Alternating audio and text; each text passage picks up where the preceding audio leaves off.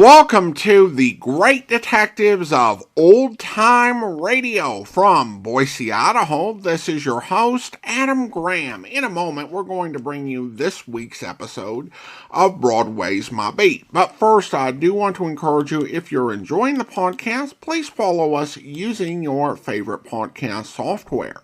Also, I do want to let you know today's program is brought to you in part by the financial support of our listeners. You can support the show on a one-time basis using the Zelle app to Box 13 at greatdetectives.net. And of course, you can become one of our ongoing Patreon supporters for as little as $2 per month at patreon.greatdetectives.net. Well, now we go to Broadway's My Beat from October 13th, 1950. Here is the Helen Carroll murder case.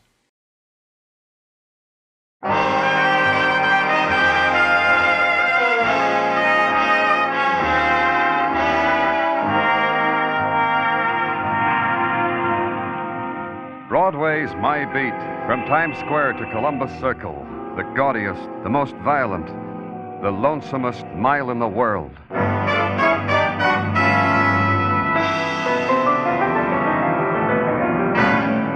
Broadway's My Beat, with Larry Thor as Detective Danny Clover.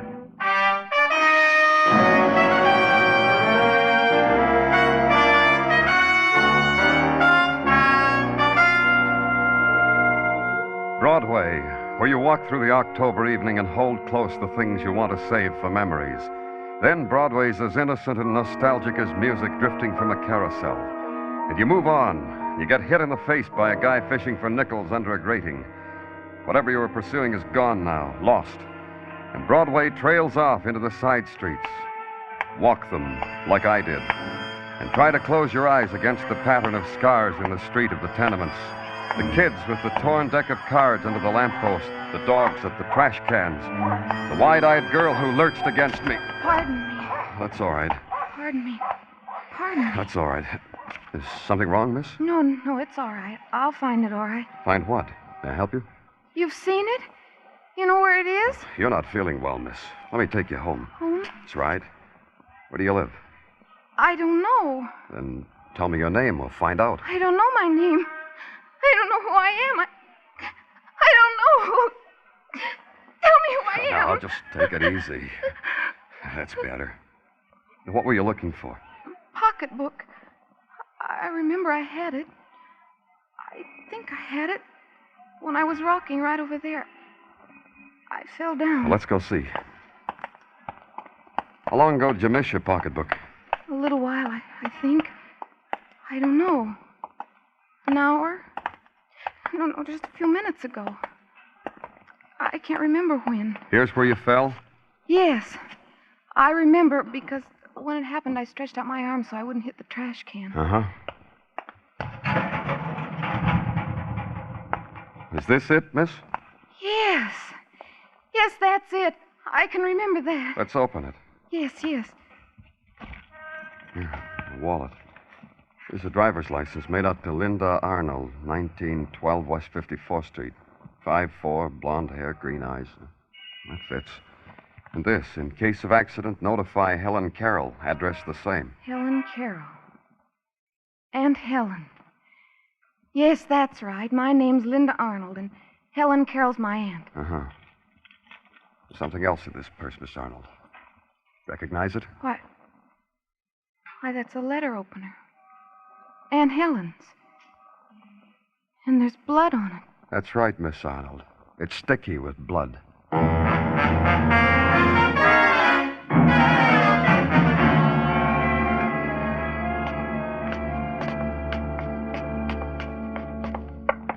Which is your apartment, Miss Arnold? That one. The one at the... There, you all right? Yes. I'm all right. It's the one at the end of the hall. I have your key? It's in my purse. Who... Muggavan. Hi, Danny. You got the call, huh? What call? Homicide, Danny. You mean you didn't get it? Then why are you here? Miss Arnold lives here. She's ill. I phoned her wandering in the streets, so I brought her home. You said someone was dead. Who is it? Who's dead? Who, Muggavan? A woman named Carrol, Mrs. Helen Carroll, in the kitchen. Here, take care of her, Muggavan. Make her lie down someplace. Okay, Danny. Bedroom over there. Here, Miss Helen, let me help you. Danny, we've been waiting for you. Aye. You got a cigarette, Danny? Sure, Dr. Sinsky. Here. Oh. How? Stabbed in the chest. Over and over. Pierced the lungs, the heart. The murderer made very sure, Danny. Like it was what he'd lived for all his life. Who called it in, do you know? Detective Muggavan said some man from a coin box. Wouldn't give his name. Stabbed. Boys know with what? No weapons and evidence, Danny. They think it was a knife, a small knife like... A letter opener, maybe? The boys mentioned the possibility of a letter opener, yeah. There's a girl in the bedroom, Doctor. She'll need your help. Don't take me to her, Danny. I killed her. I killed her. I hated her. She was mean and rotten. She twisted everything and made it dirty and mean. I killed her. Hold it, Danny. You too, Muggavan. But gently. You'll be all right, miss. It'll be all right. I want Ted. Bring Ted to me. Tell him. Tell Ted. Oh, tell him I killed her. Tell him to come to me. Dr. Sinsky. A moment longer, Danny. In a moment, she'll be asleep. This girl murdered Danny? She's asleep. You're right, Dr. Sinsky. It only took a moment. It only took a moment, and sleep touched Linda Arnold, and the face gouged with hysteria smoothed down to a kind of release, an innocence. Her lips formed a final word, Ted, once. Then she surrendered to sleep. I left.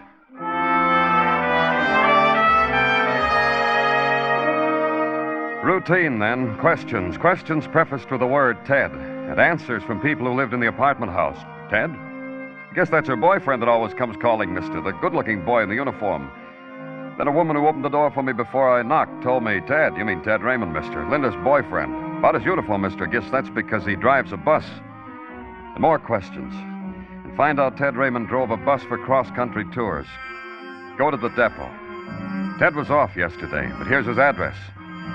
But Ted wasn't home when I got there.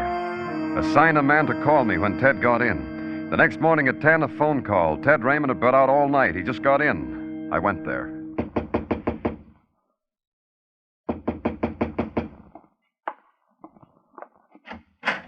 You're the police. That's right. Danny Clover. Come on in. Thanks. How'd you know I was... You were the police? How did I know? One of your boys was outside this house when I came in. He was trying to look like a maple tree, like the one that's outside, real detective-y looking. Fat man with a cigar trying to look like a maple tree. I came home, he went across the street and made a call, then you came.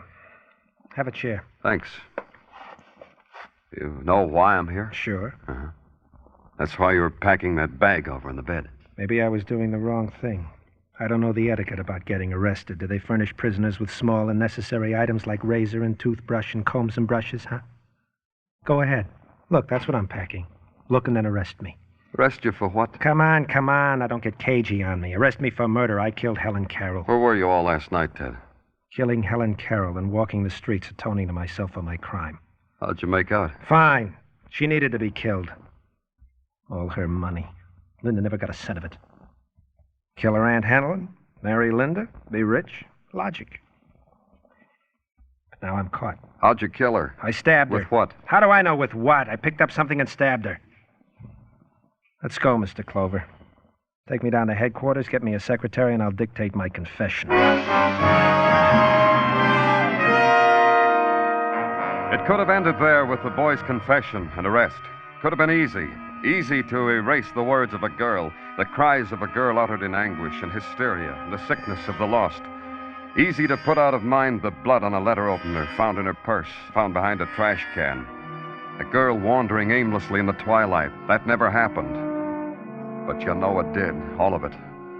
So you make a call to Dr. Sinsky, and he tells you the girl is in the police hospital. Yes, she can talk to you. She's been asking for you. And the girl sitting upright in the bed is a girl who was never lost, who never cried, except alone. I've waited for you to come back, Mr. Clover. You're better now. Huh? Feel all right? Look at me. What do you think? You look fine. I tried. I made them bring me lipstick and powder. And this negligee. It's one I've been saving. You like it? You consider this an occasion, Miss Arnold? Isn't it? Can you remember what you told me when I brought you home the other night when we found your aunt? I remember it exactly, word for word. I said it killed her because I hated her. My aunt was mean, Mr. Clover, and rotten. That's why I killed her. This makes it an occasion, doesn't it? You lived with your aunt? Ever since I was in pigtails. Ever since I was 12. I think it began the first night I stayed in her house. Yeah. That's right. That's when it began. What began? The hate. The loathing. Why? Because she made me cry. Because she put me in a dark room and let me cry all night. You'd done something wrong? Mm-hmm. I did wrong. My mother and father were dead. That's what I did wrong. There was no one to take me except a school friend of my mother's. I call her Aunt Helen. That's what I did wrong. And after that? Have you ever had to live on the charity of a bitter old woman, Mr. Clover? It could have been so nice. She was that rich, $100,000, Alfred said. $100,000, and we ate out of paper bags. We dressed in... Alfred? Who's he? Alfred Carroll, my uncle. My aunt's husband. Poor thing. We didn't even know about him. Where is he? I don't know. But find him, Mr. Clover. He'll be so relieved that I've killed her, so happy. I'd like to see his face. Find him for me, please. We will. We'll put out an all-points bulletin. Thank you. Now you'll put me in a cell, I suppose. I'm well enough for you to do that. Ted Raymond says he killed your aunt. You're not fooled, are you? He said that because he loves me. Turn your back, Mr. Clover. I'll get dressed so you can put me away.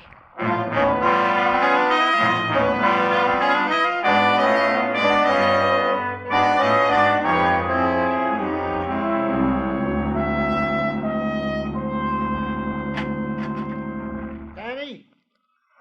Hi-yo, Danny. Oh, come on in, Tartaglia. Oh, what's on your mind? Oh, things, Danny. Especially to extend to you formally the warm hand of welcome back from your vacation west of the Great Divide. Oh, thanks, Gino. And to remark that the western winds have indeed done wonders to your features. The sunburned brow, the hearty handshake, and that Don Juan shirt. You look like a veritable Don Juan. Thanks, Gino. And to tell you that I have prepared myself during your vacation for whatever problems perplex your brain. Oh, tell me about it. Oh, I have been studying the exploits of Mike Schreck, the bald-headed miracle detective from Philadelphia. Detective Schreck is a man who has coined two interesting theories. Gino. First theory, find the woman. Second theory, the criminal always returns to the scene of his crime. Put them together... In other words, when a man walks past the scene of the crime with a girl... He's the killer. Hey, how did you know? Lieutenant Clover? That's right. Come in. Thank you. I understand you're looking for me. I am? My name is Alfred Carroll. Yes. Yes, we were looking for you, Mr. Carroll. Do you know why we want you? Yes, of course I do. It's about my wife's murder. It's this way. Two people have confessed to your wife's murder. What? That's right. Linda Arnold and Ted Raymond. I'm not a young man anymore, Lieutenant. Would you mind if I sat down? Please do. Yeah, that's strange. Why should two people confess to my wife's murder? What? Why should they do that? I killed my wife. I killed Helen.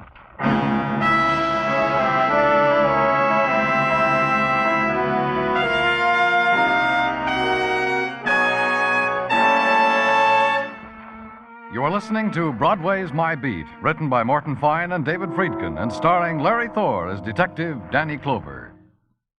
Keep your guard up. That's the key slogan of the 1950 National Guard recruiting drive, and it's a slogan as timely as today's headlines.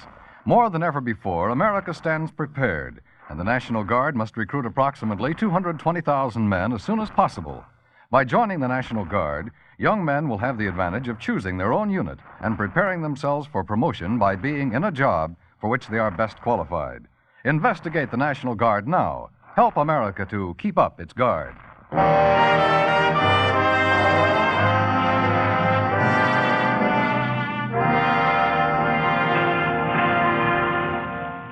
In the late October afternoon, Broadway stands on a corner, sips its coffee, snaps at a coney, and sums up the day. Some days are better than others. You know because the Translux says it was. Our men in Korea are doing fine, it says. A horse out in far Hollywood paid 90 for two, it says. But you went on it, were you, kid? For the rich, they run, I kid. Get this item. Look what it says. 3 people confessed to murder of Helen Carroll. A field day for the police, I kid. 3 tries, 3 scores. Coming up in the world, the police. And at headquarters, the husband sits quietly waiting for the police stenographer to catch up with him because his confession spills out of him like laughter, like it has to be shared with the world. Have you got that now, young man? All of it? Every word? He's got it, Mr. Carroll. Go on. Yeah, there's not much more. I wish there were. There are so many things. Where did you go after you killed your wife, Mr. Carroll? I went to do things she'd never let me do. Like what? Enjoyable things. Pleasurable things. Like what? I went to a bar and had a drink. A lot of drinks. With her money. With Helen's money. What else? There was a girl there sitting all alone. She came up to me and asked me if I was having a good time. I said, indeed I was. Then I asked her if I could buy her a drink. And she smiled. What have you done with Linda? Where's Linda? How much money did your wife have? $100,000. Imagine. $100,000, and she made us live like pigs, like beggars. She wouldn't even let me get a job so I could have money for myself. Where does she keep her money? It's all in the bank, in her name. And it's all coming to me now. You know what I'm going to do with it after I die, after you... What are you going to do with it? I'm going to leave it all to Linda, to my child. I think of her as my child, but she isn't, you know. It's like a blessing to have Linda in our house. I want her to have all that money. Let me look at the transcript, Florio. Thanks. You'll see to it that Linda gets that money, won't you? You said here you stabbed your wife with a letter opener, Mr. Carroll. What did you do with it? Didn't I tell you that? I must have forgotten. In the excitement. I walked around, and all of a sudden I was on the dock. A garbage scow floated right past, so I threw the weapon onto the garbage. I thought that was right for Helen. Is this the letter opener? Let me see. Yes, that's it. It belonged to Helen. That's what I killed her with. I found it in Linda's purse with blood on it. You lie. You're lying. I threw it away. I threw it on that barge. You're lying. Tartaglia, see that Mr. Carroll gets home. I killed her. I killed her. Take him home, Tartaglia.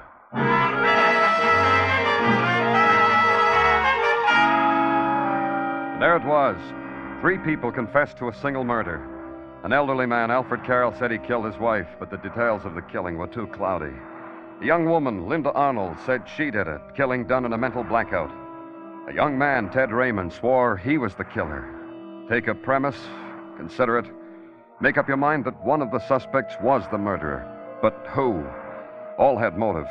As far as I could gather, all had opportunity. That was the Joker. Routine again, and questions again. The knocking on doors and tipping the hat and flashing the badge and intrude into lives of people who thought the word murder was reserved for headlines only. A person like Mrs. Westfall, for instance, landlady and purveyor of towels and clean sheets for Ted Raymond. You're talking about Ted Raymond, ain't you? That's right. Ted drives a bus. What are you looking at, Mrs. Westfall? Fiddle, fiddle, bird. Look at her walking down the street. Giddled in her uppity ways. It's just October, and she's got out the raccoon coat already. Look at her. Ted Raymond. He drives a bus driver. Jockey for a bus. Look at Gittle. Do you know whether he made any phone calls? On my phone, where he always makes them. Broke a date with his girl. I heard him because I was peeping with my ear. Then what'd he do? I don't know. Maybe went to work where he works at the bus depot. I'll bet it's not even real raccoon.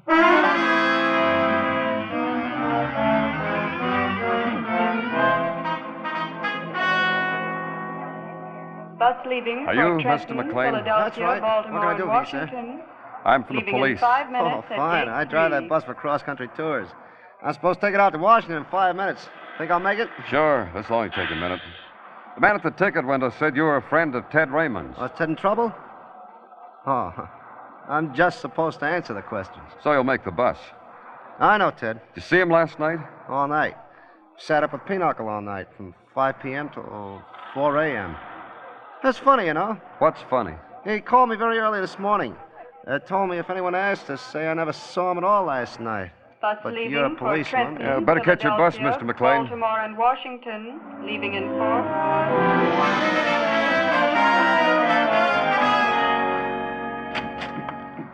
Your name, Clover? That's right. Who are you? My name is Jones, and I've been looking for you. Why have you been doing that? Because I read in the paper you were assigned to the murder of Mrs. Carroll. Therefore, this. Therefore, what? Here. $100 bill. Take it.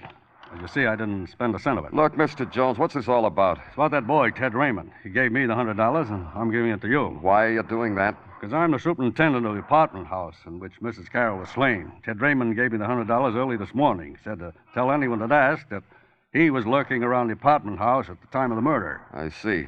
What took you all this time to come to the police? Yes. What? Yes, it did take me a long time.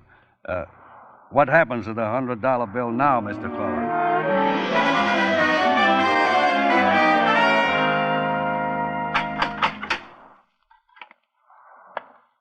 Hello, Ted. Your marbles must have come loose, Mr. Clover. You leave that door open, I make a dash for it, escape, become a fugitive from justice, make a name for myself in the papers. But you won't do that, will you, Ted? A dreamer. You won't do it because you like it here. Yeah, that's right. I like it here. The walls are worn thin where guys have cried on them, where guys have beaten their heads against them. Oh, yeah, I like it here, Mr. Clover. But you'll be careful, huh? Careful I don't hurt you when I try. It's open, Ted. All you have to do is walk out. So what is this? This I never even read about. You told me you killed Helen Carroll. Yeah. Who else should I tell? Bring them to me. I'll whisper it in their ears. She was killed in the evening at 7 o'clock. The medical examiner says so. Bless him. I killed her in the evening at 7 o'clock. You're lying, Ted. We know everything you did from 5 until 4 in the morning. You weren't even near Helen Carroll. How much did you lose at Pinochle, Ted? You're crazy. The man you played cards with, McLean, is he crazy too, Ted? All of us and Jones? The man you paid $100 to establish at the scene of the crime? That the current price for a confession to murder? Answer me, Ted. So I didn't kill anybody, so you don't have to put your hands on me. Who did you do it for? It's this way, Mr. Clover. Somebody gets killed, I feel guilty. So I confess and I don't feel guilty anymore. It was for Linda, wasn't it? I do it for her, too. For Linda, huh, Ted? Leave her out of this. I warn you, leave her out.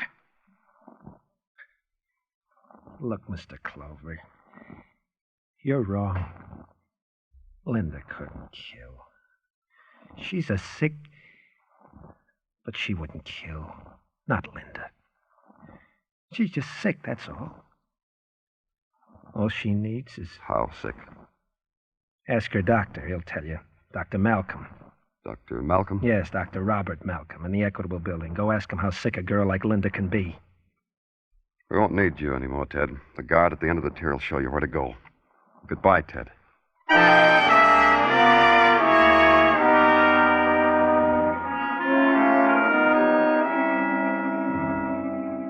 The case of Linda Arnold is not a very exciting one, Mr. Clover. I don't want to write a magazine article, Dr. Malcolm. I'm just trying to clear up a murder. I'll wager the material you police come in contact Look, with. Doctor. Of course, Linda Arnold.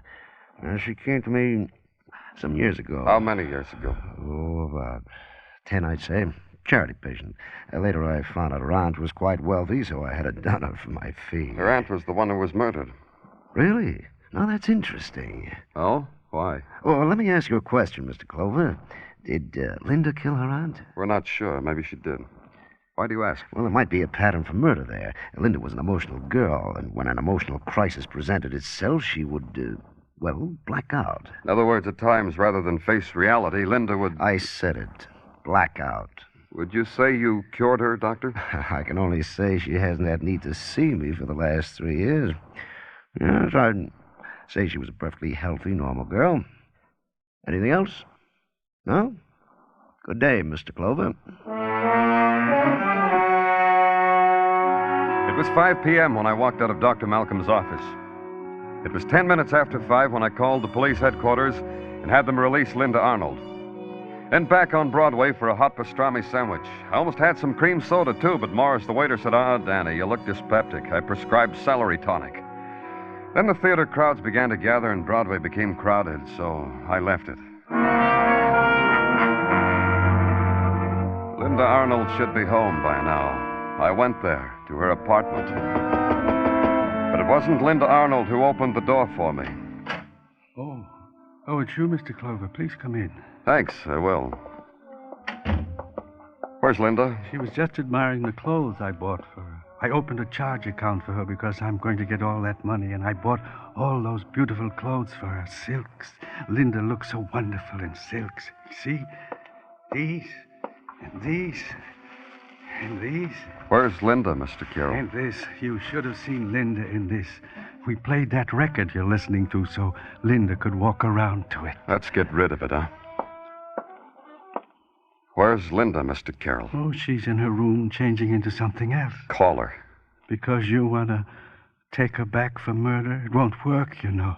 Linda has no mental responsibility for what she did. And besides that, if she were brought to trial, I'd say I did it. Linda, doesn't she look beautiful, Mr. Clover? How do you feel, Linda? I'm happy. What happened to the music? I turned it off. But I'm happy. I need music to go with it. Look at these things. Look at them. Uncle Alfred bought them for me. Yes, I did. Didn't I, Linda? Ted signed his confession, Linda. What? Yes, the district attorney's going to arraign him tomorrow morning. Oh, that's wonderful. Ted did that? Isn't that wonderful, Linda? I asked you, isn't that wonderful? Ted's in jail? Now we have nothing to worry about, don't you see, Linda? Yes. Yes, Uncle Alfred. Linda, don't call me Uncle. I'm not your uncle, Linda. Linda, you're so lovely, lovely.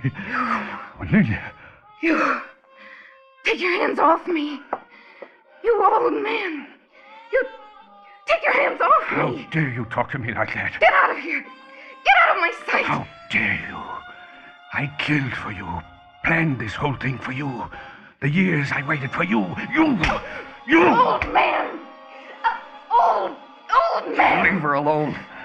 I'll show you. Take her, Mr. Clover. Take her. Me too. Alfred, you're crazy. Listen to me, Mr. Clover. I planned it all. It was I who told her to walk around, to be found in a daze with a knife in her purse. No jury would convict her. I killed my wife, and Linda helped me to do it. Linda? All those beautiful things.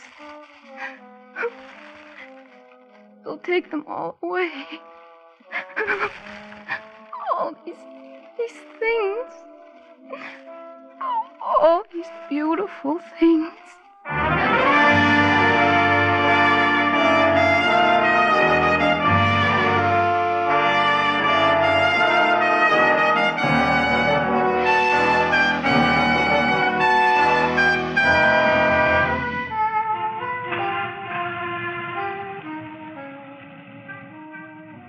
In the time of autumn, twilight sighs down on Broadway.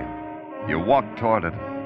Someone smiles and takes your hand, whispers to close your eyes, then bangs your head against a wall, and your scream mixes well with the shriek of the night. It's Broadway, the gaudiest, the most violent, the lonesomest mile in the world. Broadway, my beat.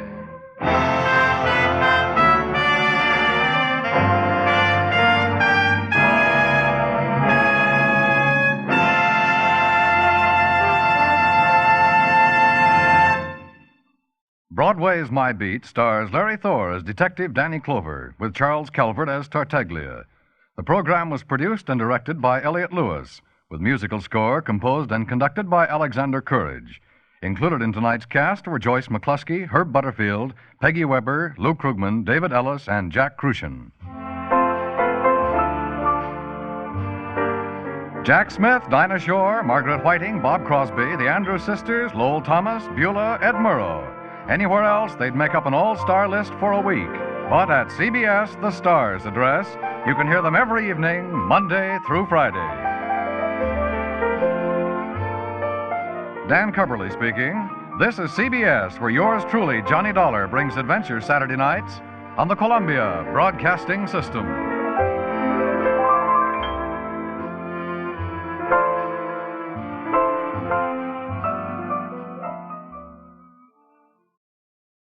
Welcome back. Danny may have gone away, but the Herb Butterfield did it trope didn't.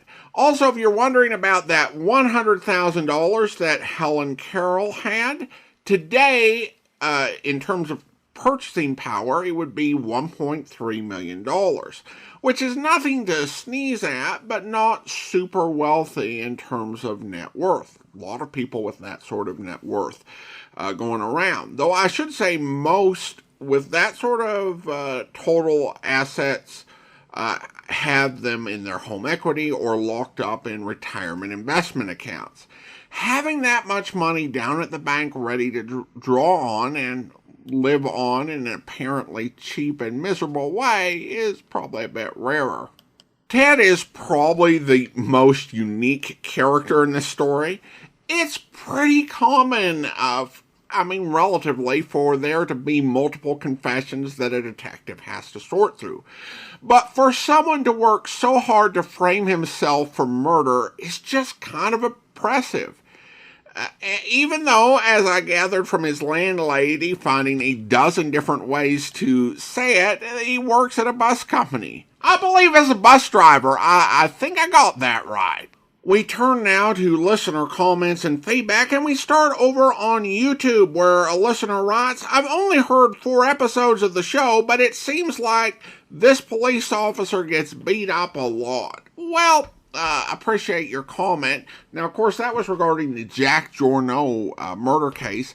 I wouldn't say that Danny gets beat up a lot compared to your average private detective. You know, your Richard Diamonds or your Barry Craig. But he does get beat up a lot more than you would expect for a police officer. I mean, he even got beat up on Christmas Eve. I mean, Danny couldn't get out of a light-hearted Christmas episode unscathed. One thing about Broadway's My Beat is it's kind of like a quasi-procedural at times, but it's really written in the style of like a hard-boiled detective program, which makes it a bit odd, but also unique.